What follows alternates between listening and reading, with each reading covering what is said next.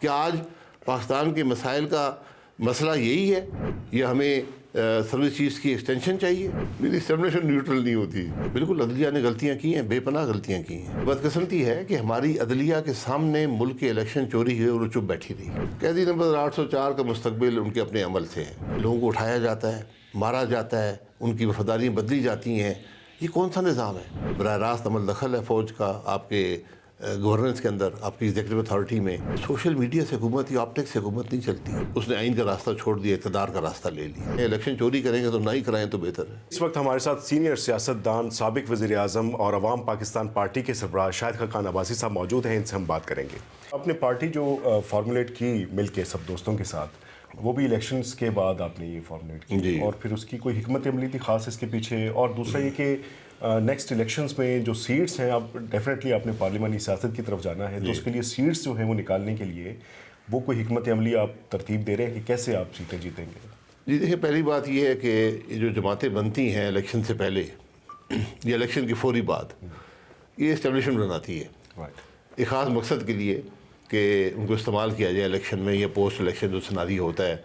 آپ نے دیکھا پیپلز پارٹی پارلیمنٹیرین بنی، پیٹریاٹ بنی، باپ لیگ بنی، کاف لیگ بنی، باپ بنی، بہت سی جماعتیں بنی، استحکام جماعت، یہ سب بنی ہیں. تو ہم نے کہا کہ اس معاملے سے دور رہیں، کیونکہ اسٹیبلشمنٹ کا کرنا کوئی کردار ہونا چاہیے جماعتیں بنانے میں، نہ ہی وہ جماعتیں کبھی کامیاب ہوتی ہیں. 26ویں آئینی ترمیم سے پارلیمان کی بالادستی قائم ہوئی ہے، اس سے آپ اتفاق کرتے ہیں؟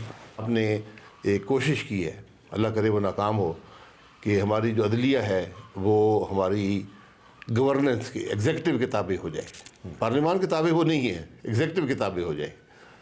تو یہ تو تباہی کا راستہ ہے. جسے آپ دیکھیں کہ کیا ملک کا نقصان ہوتا ہے. پھر آپ سے آج 10-15 سال بعد آپ پھر ان کو بدل رہے ہوں گے معاملے کو. تو یہ بڑی بدقسمتی ہے کہ آج جو ملک میں لیڈرشپ ہے اس کی سوچ اس حد تک بگڑ گئی ہے اپنے اقتدار کو طول دینے کے لیے کہ وہ ملک کے نظام کو تباہ کرنے کو تیار ہے. رائٹ.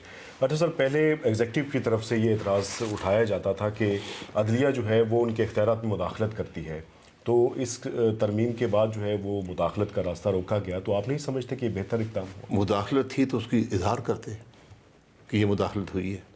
بالکل عدلیہ نے غلطیاں کی ہیں، بے پناہ غلطیاں کی ہیں.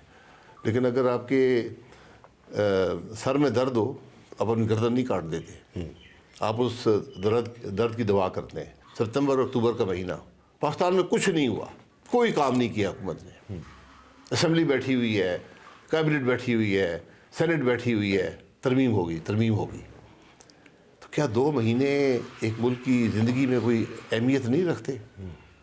آپ ترمیم عوام کے سامنے لانے کو تیار نہیں ہیں، آپ عوام سے ڈرتے ہیں. جو لوگ عوام کو مینڈیٹ رکھتے ہیں وہ عوام سے نہیں ڈرتے. کیا آج پاکستان کے مسائل کا مسئلہ یہی ہے کہ ہمیں یہ آئینی ترمیم چاہیے یا ہمیں سروس چیز کی ایکسٹینشن چاہیے؟ یہ آج پاکستان کے مسائل ہیں. پاکستان کے مسائل تو آج اس سے بہت مختلف ہیں. تو حکومت کو خوف کیا تھا کہ جس کی بنیاد پر وہ پبلکلی ڈسکشن میں نہیں لا سکے یہ ساری چیزیں؟ یہ تو خوف وہی بتائیں گے. خوف یہ تھا کہ جوڈیشری سے خوف یہ تھا اگر ہم نے اس کو اس کے اپنے تابع نہ کیا تو پھر جو الیکشن کے رزلٹ ہیں کھل جائیں گے. اور یہ بدقسمتی ہے کہ ہماری عدلیہ کے سامنے ملک کے الیکشن چوری ہوئے اور وہ چپ بیٹھی رہی.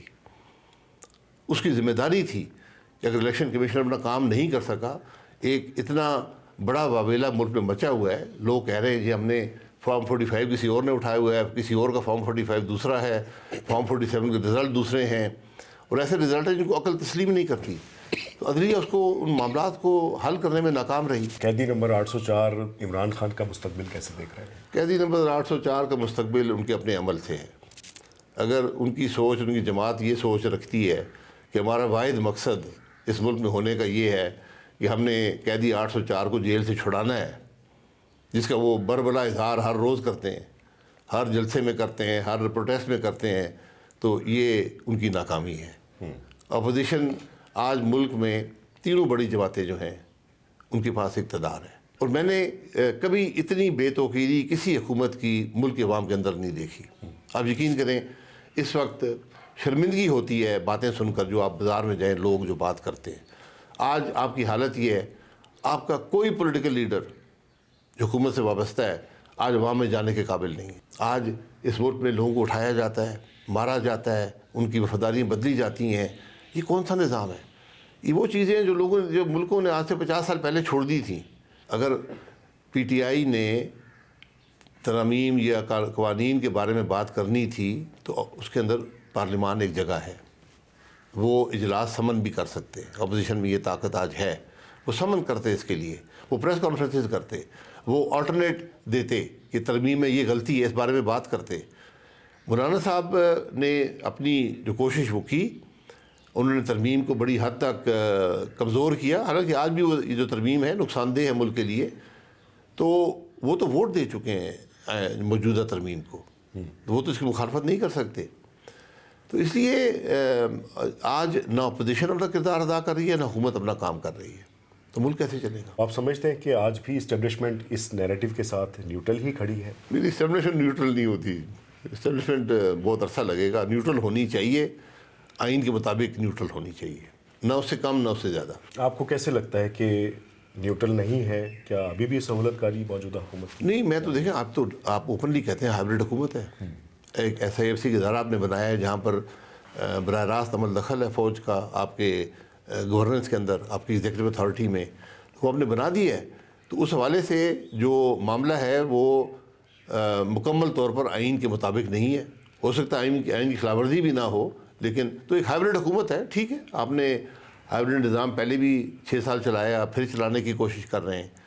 تو میری یہ رائے اس معاملے میں ہمیشہ رہتی ہے کہ اگر آپ نے ہائبرڈ نظام ہی چلانا ہے تو پھر ترمیم کر کے آئین کو بدل لیں, تاکہ وہ رول کوانٹیفائی ہو جائے کہ یہ رول ہے کیا, کس کے پاس کیا اتھارٹی ہے, کس کی کیا ذمہ داری ہے. کون سا ایسا موومنٹ تھا کہ جہاں پر میاں نواز شریف صاحب اور آپ کے اصول جو ہیں وہ ایک دوسرے کے سامنے متصادم ہو گئے اور پھر آپ کو پارٹی چھوڑنا پڑے؟ دیکھیے, اصولوں کی بات نہیں ہے, ایک بنیادی بات ہے جس پر سیاست تھی, اس کا نام تھا ووٹ کو عزت دو. وہ میں نے نہیں کہا تھا, میری جماعت نے کہا تھا. جو سیاسی ذمہ داریاں ہوتی ہیں میں ان کو ذاتی رشتوں سے زیادہ اہمیت آپ کو دینی پڑتی ہے.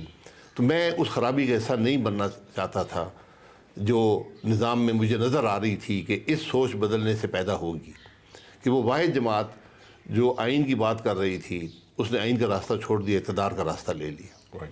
تو اس کے اثرات بھی آپ نے 8 فروری 2024 کو دیکھ لیے کہ کیا ہوا.